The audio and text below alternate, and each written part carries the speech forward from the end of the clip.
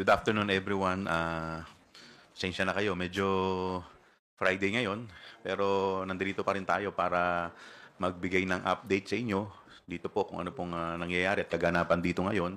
At hopefully, masagot ko rin po yung mga katanungan na inyo pong ibabato. Maraming salamat.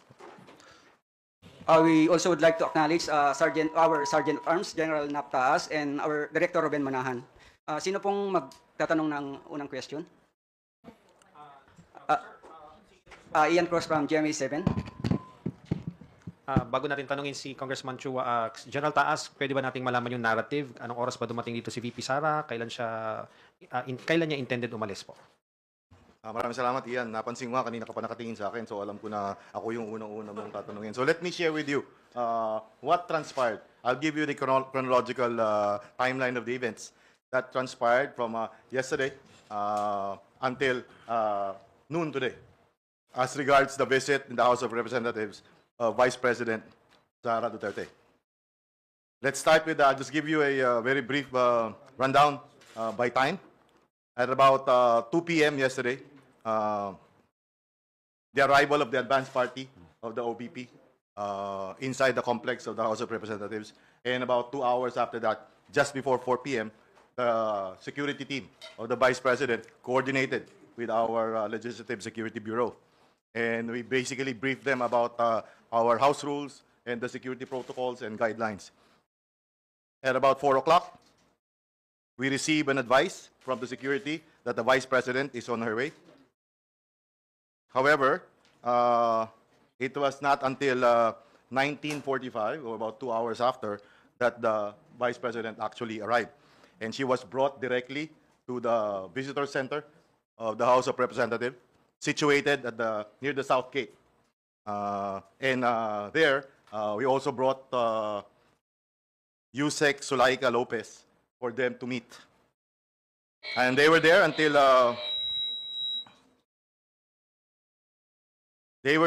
10 o'clock, which is our based on our house rules. That's the latest that we will allow visitors to our detained guests. And at about 10 o'clock, the Vice President, together with Yusek Lopez, actually prepared to leave the premises of the visitor center, as we have requested. However, after 3 minutes, that Attorney Lopez started heading her way back to our detention center, the Vice President, at about 10:05, also rode her convoy, which is right adjacent to our South Gate.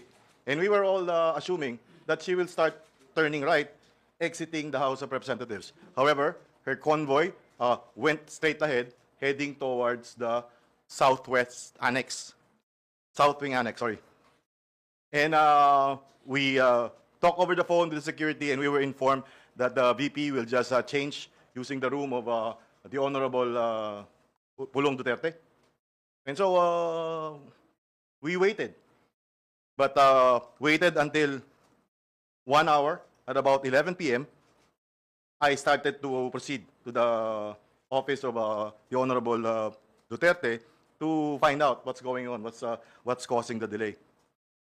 At about 11:30 p.m., I personally appealed to the protocol and the security of the Vice President at room 304 if they could possibly already leave the premises, as there's always a practice during long weekends that we turn off power in all our buildings. If you will note, if you will go around Congress during Thursday na walang pasok ng Biyernes, Sabado at Linggo, ino-off po talaga natin yung power. One, it's because to save on energy, dahil centralize ang air conditioning. And second, to prevent po yung occurrence ng electrical fire. Dahil hindi po natin alam kung mayroon nakapag-iwan ng mga chargers or laptops or whatnot sa kanya-kanya mga opisina. So standard doon natin ginagawa yun.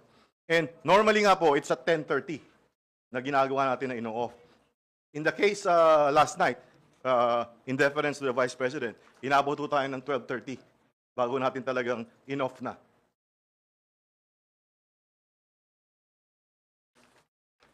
So, simula ho midnight or 12:30 in the morning hanggang kanina umaga, the close-in team of the Vice President stayed locked inside room 304. So about 7:30 this morning, upon request of our personnel and finance office, we had to turn on the power again dahil magtatrabaho po sila sa SWA. So that's about 7:30 this morning. 8 o'clock, the Vice President's security team remained locked inside room 304. At 10:53, we noticed the Vice President together with entourage left the room of the Honorable Pulong Duterte, and we followed her all the way to the detention facility. At 11:07 this morning, the Vice President was allowed by the chairman of the Governance Committee to visit and once again discuss with Attorney Zulaika Lopez at our House of Representatives Custodial Center. That's about all I have for you. Thank you. Sir, General Taas, wala naman siya complaint na, syempre, nawala ng kuryente, so magdamag siyang walang power doon. Wala ho kaming narinig na complaint dahil I would assume dahil hindi naman ho kami nagkulang ng pag-remind. Sinabi ho namin na baka uminit at sana ho maintindihan ninyo dahil policy ho sa house ito para makaiwas tayo sa aksidente at makatipid din po tayo ng kuryente. Isipin nyo kung isang kwarto lang yung ating bibigyan ng kuryente pero kailangan yung kabuuan, umaandar ho yung air conditioning unit. Na imagine nyo na ho kung gaano kalaking... General, dun sa huling pag-uusap nyo, nakita namin kanina, kailan daw po aalis dito si VP? May sabi po ba siya? Ano po bang sentimiento niya? Hindi po namin napag-usapan yung kailan siya aalis. As far as yung kailan siya aalis, is yun yung usapan between us at saka yung security at saka yung protocol. Hindi po tayo nagsasabi kay Vice President noon. However, ang napag-usapan namin kanina is hinihintay ko lamang bago ko siya papasukin doon sa detention facility, yun yung approval ng aming butihing chairman na indeed, inaprubahan po yung pagbisita doon sa detention facility. Dahil, kung matandaan po ninyo, kahapon ho, hindi yung detention yung pinag-meetingan nila. Doon po tayo sa visitor center dahil strict ho yung mga protocols sa detention center. Kaya ho, mas maganda doon sa kabila. Yun ang pinag-uusapan namin. Sabi ko, baka pwede po na doon tayo sa kabila. Pero minarapat ng ating Vice President na Tito. At inaprubahan naman nating chairman. Last from my end, Sir, Congressman Chua, kayo po, ano po ang sentiments ng komite dito sa nangyayari ngayon dito na pagbisita po ni VP Sara? Well, briefly, bigyan ko muna kayo ng background kung ano po yung mga nangyari. Nagkaroon po ng mga exchanges of correspondence. Nagpadala po sa akin ng sulat, mga letter requests, ang si Attorney Zulaika, ganun din po si Vice President, at saka si Congressman Pulong Duterte. Ang request po ni Attorney Zulaika, una, ay kung po pwede siyang i-allow na pumunta sa kanyang therapy. So, ito po ay sa ating pong correspondence, pinapayagan po natin siya, provided ibibigay po niya yung oras, yung lugar, at saka i-escortan po siya ng ating Sergeant at Arms, tao ng Sergeant at Arms. Pangalawa, sumulat po sa atin si Vice President kung po pwede na mag-stay siya kasama si Attorney Zulaika for the duration ng kanyang detention. Ito po ay hindi natin inalaw dahil unang-una hindi naman po siya part ng naikukulong.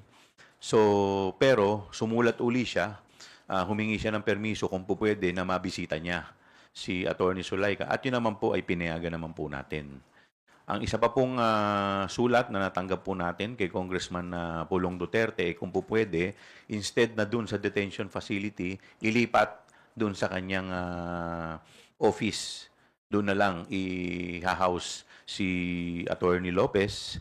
Ito po hindi natin pinayagan dahil otherwise, ang mangyayari po niyan, yung susunod po, yung mga iba pa pong mga may connection o may mga kaibigan na congressman, gano'n na lang po ang gagawin. So sa amin pong paniniwala ay bad precedent po pag pinayagan po natin. At saka syempre, ayaw naman po natin na magbigay ng pabor. Gusto naman po natin pantay-pantay po lahat ang mga i-detain po dito.